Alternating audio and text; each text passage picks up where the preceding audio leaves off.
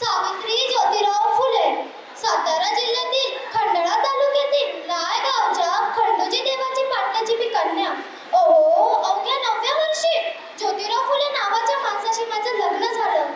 न हळूहळू मला कळालं की ज्या माणसाशी माझं लग्न झालं ना, तो एक साधा साधारण माणूस नव्हे, तर या जगाला ऊर्जा देणारे क्रांती सूर्यच. त्या काळी बायाला उमरा ओलांडण्याची पद्धत नव्हती. बाईच्या जातीनं कसं आपण बरं, आपलं घर आणि घरातील माणसं.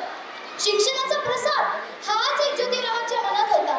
एकदा ज्योतिराव शिक्षणाचा प्रसार करत असताना फरान नावाच्या ब्रिटिश मॅडम त्यांना म्हणाल्या, मिस्टर फुले, तुम्हाला शिक्षणाचा प्रसार करायचा आहे ना, so educate the women first, because if a women educate so house will educate. पण तुम्ही माणसं वुमेनला घराच्या बाहेरच पडू देत नव्हते. सो बॅड मिस्टर फुले.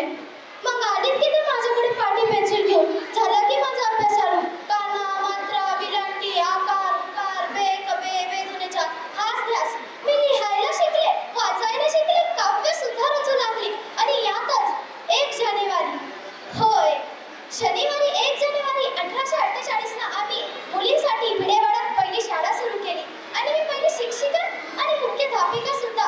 शेंपट्यासारखं जगला तर काम तमाम होईल, शेंपट्यासारखं जगला तर काम तमाम होईल, पण वाघासारखं जगला तर नाम होईल. पण धर्माचं मात्र, पण समाजाचं मात्र काय? धर्म बुडाला म्हणून कोणते कुठेही सुरू होते. अहो, एखाद्या सर्वसामान्य माणसाने शिक्षण घेतल्यास कोणता धर्म बुडतो? एवढा बदलायला असू शकतो का हा धर्म? शाळेत जाताना लोकांनी चिखल फेकले तरी मी सहन केले, माती फेकली तरी मी सहन केले, थुकलं तरी मी सहन केलं. पण आता माझ्या सहनशीलतेचा अंत झाला होता. आणि यातच एक माणूस माझ्यापाशी येऊन बोलतो, ए तेवढे कुठे निघालीस? आधी आमच्या पोरीबाळींना शिकवणं बंद कर.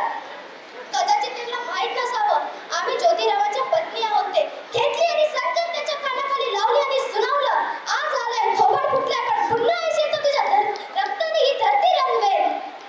आणि अशातच आम्ही विधवा महिला काशीबाई यांच्या